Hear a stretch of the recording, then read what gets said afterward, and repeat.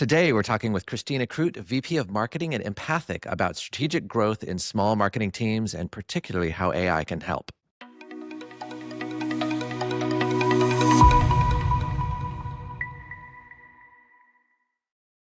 Welcome to BeyondSaaS. I'm Jason Niedle, founder of Tethos. We're a growth agency, and we've been accelerating tech company growth through strategy, branding, lead gen, and conversion with a 20-year track record of success. If you're looking to grow, check out tethos.com/podcast for our paper on hypergrowth tactics, compiled from interviews with tech executives like Kristina. Better yet, drop the word growth in the comments and I'll DM you. Today, I'm super excited to explore tech company growth with Kristina Kroot. She is the VP of Marketing of Mpathic, which is expanding human understanding in life sciences and healthcare using AI-powered conversation analytics. And I really want to hear how this works. They claim to enhance human accuracy by 7 times, which is mind-blowing. Kristina is a strategic guide who thrives on research and critical thinking to help others towards ethical solutions and change. And I also hear she's an amazing architectural photographer. So welcome, Kristina. Thank you. I appreciate it. Hey, before I forget, do you have a golden nugget today? Sure. So the golden nugget I'm going to discuss today is when using AI to really use it effectively, and just the understanding of it still needs that human oversight behind it, not just taking it as it is. For sure. Have you played around with the new deep research in ChatGPT? Actually, I haven't, and I'm trying to get access to it. It has been blowing my mind lately. Like it did a 20-page report for me yesterday that was so well done. And yes, you still have to go through there and figure out what makes sense and what doesn't make sense, and the human part matters. But I think on the show a lot, we've been exploring what's the best for the human to be doing and what's the best for the AI to be doing. Do you have any vibe around that? Like, where do you think the human touch needs to be applied? I guess because I grew up a little old school and like writing all my notes down, I still have the habit of either writing or typing all my notes out, whether it's making copy for a marketing newsletter or doing some market research. So I tend to write all of my information down just in a really rough format and take it and say like, hey, here's the information, create a really heavy input. Because I think that's also what's important is people don't realize when you're trying to do your prompt, it has to be really specific, right? So the more specific you are, the better the output's going to be from AI. For example, if doing a marketing newsletter, I'll have it come through, I'll check it and say, okay, I need to make some adjustments on this because it's not taking the brand voice and putting that in, right? So adjusting for the brand voice, or because I do use AI pretty frequently, I know there's a lot of words it tends to use pretty repeatedly. So I'll go through and say like, you know what? I see this all the time, just generally across marketing copy, like just in marketing in general. Let's just take this out and like replace wording. So again, that's where I try to bring in the human oversight and say, okay, either the brand voice isn't there, we need to make adjustments for that. Or if doing research is important because like it could provide you links, but you'll go and the link is broken or it doesn't work, or it's actually not, I've been given fake research. So let's confirm and make sure and validate even the research it's providing you. Again, it still needs the human oversight for sure. For sure. I want to know about Mpathic, but I want to diverge for just a second. It's been difficult to find women in tech for the podcast. And I'm a little embarrassed for me, but happy for you. You're our second only on the show. Oh, that's exciting. Well, exciting for me. Thank you. Yes, and I'm glad. But why is that? And like, what needs to change in tech to have more women in leadership?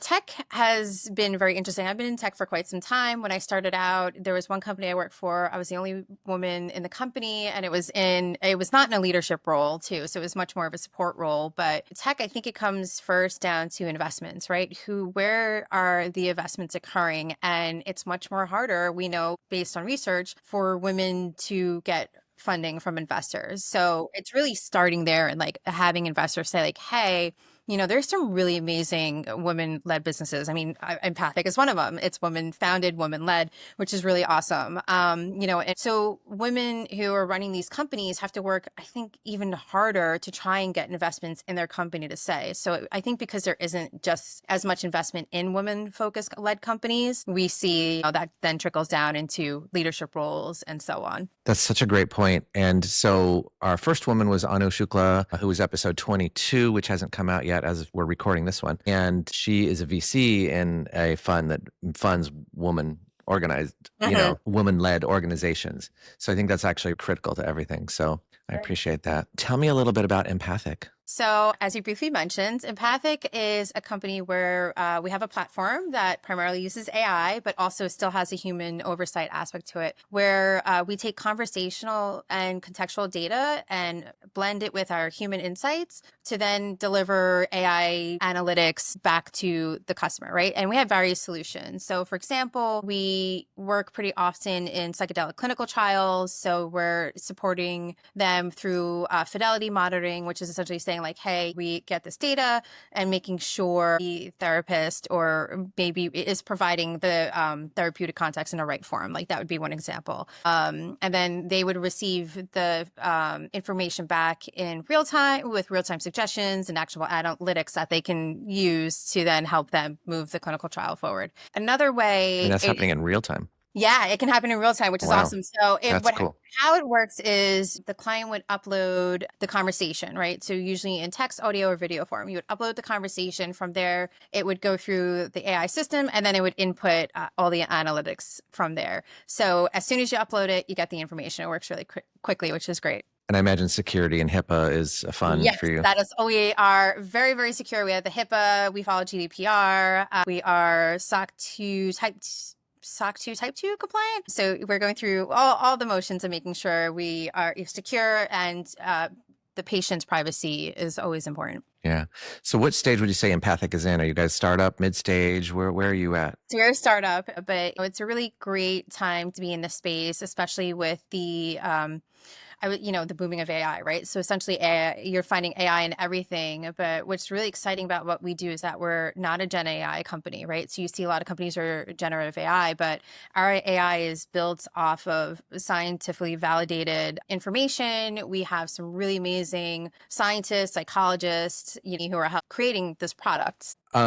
And I think that when you're not Gen I, you have fewer or no hallucinations, and there's other. We're very careful in building our product, and then what's being input, but then also the outputs that are coming out from it. Absolutely. So your title is VP of Marketing. What do you consider like the heart and the core of that role? Oh, the heart and the core. That is an interesting question. I think one of the hardest things right now is just getting our company out there. So for me, that's like is taking that. So taking what we have been creating and just like getting it out to get. How are you doing that? What ways are you reaching out? So in various ways, the life science and healthcare industry are very tough, right? Because of course there's a lot of nuances behind it. Patient safety is very important. So whether it's through social media, a lot of word of mouth, we have some really great clients that we're working with that we're able to have use cases that we're able to build around it and sharing that with upcoming, hopefully potential clients. So that's been like a really big factor in just trying to really reach out to potential customers and sharing the knowledge and base that we've already created with them. What's your growth theory? Meaning, like, I look at things and say, okay, I have to have a strategy and know what's going on. Then I have to fill my top of funnel, and then I have to reduce friction in that funnel. And it's kind of, those are my three things that I talk about. But everybody has a different way of looking at that. Do you have like a theory or a path that you follow? Sure. So growth for us is in a very interesting stage right now because our sales is mostly really founder led. So the focus isn't really for me to build, to really focus on a top of funnel and constantly pushing out stuff. It's rather being really strategic in what we're creating and then working very closely with the executives to say, okay, hey, we're reaching out to these specific clients. This is what's working with this is what's not. And then being very strategic and nimble in making those adjustments, right? Like times change pretty quickly and it's got to say, okay, where it's not working, what's not working, we need to make the changes and like, let's make it now. When you're thinking about the marketing process, Yeah. which kind of your high level look at it? When looking at marketing from the high level point in our company, it comes down to who is our customer, right? And I think that's really for any company. You're going to look at who's your customer and then going after that customer, but being strategic about it, right? Because it's very easy, especially in marketing, to just create stuff and it never be used or be a waste of time. So really trying to be smart in going after those customers. And really what I do from a marketing standpoint is I really listen to the calls our sales members are having because I really want to hear how they're selling what we're currently building, but also see the potential customer's reaction to it, right? Because then that for me, I can say, you know what, that was a point that worked and what's not working and able to adjust from there. I feel like that point can't be overstated enough. So many CEOs are out there and they're just talking and talking and talking, But how many times do they go in and listen to their sales reps and hear both sides and hear what's happening and hear like, no, they get this objection all the time or a variation of this objection all the time. Or your reps are saying one thing and then you're out there saying something else. And I see that all the time where there's like a disconnect between the front of house and then the reality of what's going on. So I think that's really critical that you're actually in there in the trenches looking at everything. I think what will be challenging, and I've seen in all my years of marketing, whether I worked at big companies or smaller companies, that's common. It's a very common problem across the board. And I think what's going to be a challenge is as the company continues to grow, is how can we keep that continuing, right? Because that's going to be hard. I'm not going to be able to sit in, thousands of calls once we get there, which would be great, right? But I won't be able to do that because I need to be focusing on other things. But then that's where AI comes in handy, right? Get some So good then summaries. essentially, right, you have the summaries. I mean, it's great in the fact that you get these summaries. You still miss out on the potential seeing like visual reactions of clients, right? Because just because they say something doesn't necessarily mean based off their body language or how they're presenting themselves, it could be completely different. So there may be those nuances you miss, but I think just remaining close to that process will be important even as we grow. Yeah, and some data is better than none, and you can still jump in a random call here and there, right? Sure, exactly. Yeah. So in terms of growth, like what are your favorite metrics for what you're doing? And then what are your goals for this year? So for me, that is a difficult question because every company wants to grow that money and where is that coming from? But because we are so sales focused, really the biggest metric for me is like, how is our sales enablement being utilized and how are customers reacting to it, right? So those are going to be my biggest metrics because that's really the biggest marketing assets we're using right now is all that sales enablement. So how is that being used? Is it being used effectively? Is it creating the wants from the customer to say like, hey, we want to work with you? Yeah. And how do you judge that? How are you? Right. So it's almost like taking a customer sentiment thing, right? Seeing like, hey, we've created this asset, sales used it across the board here, creating what percentage it was used by, and then seeing customers say, yes, it was effective, and almost saying like, okay, was it effective or not, and creating that measurement of yes, it was, and no, it wasn't, and then determining like what's going to be the basis of, let's say our threshold is like it's 85% effective. That's great. Let's move with it. Right. So I always like to look at like constraints and what's constraining you guys from growing. So if you had some magic wand and you could change one thing that's holding back growth, like what would you change? Change. Can I say climate? No, because that's actually Yeah, our while big. I'm here, yeah. That's actually our biggest one is like essentially what's been happening in the clinical trial space and everything else right now. So that's kind of been like a big pivot for us. But Have the times been really destructive of clinical trials? so clinical trials, as we're aware, a lot of funding has been removed from NIH and other research areas. And we do a lot of research here through government funded programs, but then we also do work with a lot of clients in the clinical trial space. So although it's been a challenge, we've been able to really sit back and say, again, it's like going back into startup mode. Where else can we work? What else are the spaces in healthcare and life sciences are we actually not hitting that could be a really good space to jump in, to go into? But that's an interesting point. If you have a vertical and the vertical's being affected by things beyond your control, then it's time to look at other verticals where you might have some control. Exactly. And that's the stage we're at right now, right? So saying, okay, we're still not going to just abandon the current vertical that we're in, especially in this clinical trial space, because it is really important to continue this and have, and for clinical trials become more and more effective. But as we're seeing the issues with funding and what's going on, we had to say, yes, like what are some other areas in similar verticals that will work for us that we can still reach into that may not be as impacted by what's happening? Yeah, really interesting. I had a venture capitalist on, and he was talking about that segmentation and how important it is to find lookalike segments. And he was very analytical and mathematical, but the way that the lookalike segments may not look exactly like healthcare, but they have similarities that work for what your product and what you're doing. Exactly. And, for example, I don't know if you know much about Mpathic, but it started off working more in the HR sales SaaS, like coaching aspect. And it's almost like taking another 180 again, where we're looking back into those verticals, but more in the healthcare spaces, not necessarily going, straight back into HR sales. Because a lot of them like Gen I is enough for us, right? But in healthcare, it's not. Healthcare still needs more nuanced AI if they're going to be working with it. And they have to be careful, right? Because you get into patient safety, patient information, making sure, their information's being redacted if it's being put into AI. And there's just so much more that goes into it in those spaces than like just saying like, okay, here, I'm just going to throw it into, ChatGPT. Yeah, ChatGPT is not exactly known for accuracy nor safety, right? Nor safety, exactly. Yeah.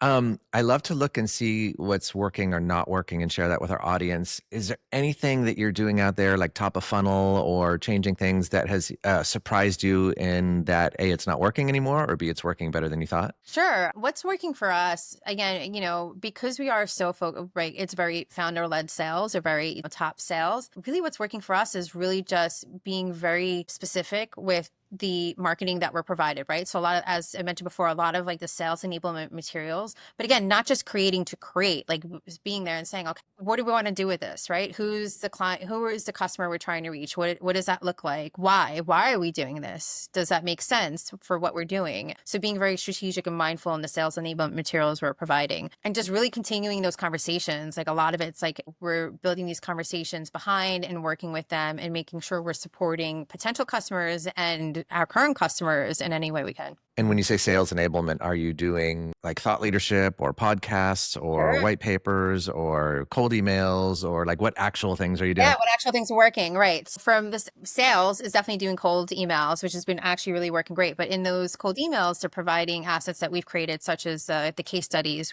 we have created, right?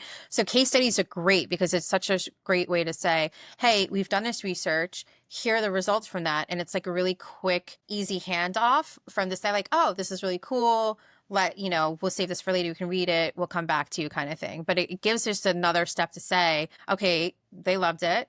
Let's reach back out, find out more, and just to continue those conversations on. We do thought leadership, which has also been really helpful in sharing on LinkedIn. Actually, LinkedIn's such a great place, especially for B2B, right? So I don't have to drown this out, but I think most people, especially if you're working in B2B space, LinkedIn is just a really great resource all around when you're trying to reach out to other potential customers, or just trying to become a thought leader and growing that space and getting the company and your information out there. It's funny that you talk about case studies, and to me, that's like crucial and critical as a marketer.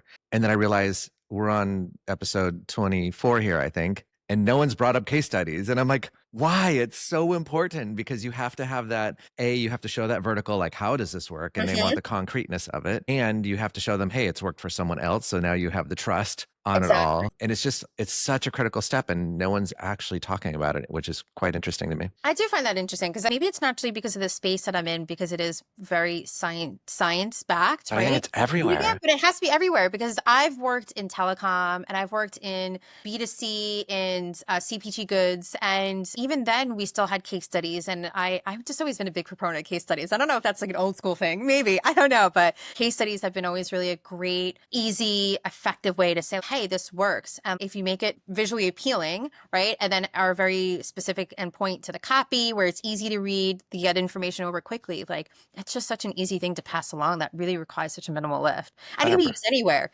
emails, presentations, LinkedIn, turning it into a blog post. There's various ways that you can take that use case and put it, essentially blast it wherever you need to. Right. Yeah. Is there any lead gen that's like your favorite toy right now? Something that's bringing people in and you're like, ooh, I love this.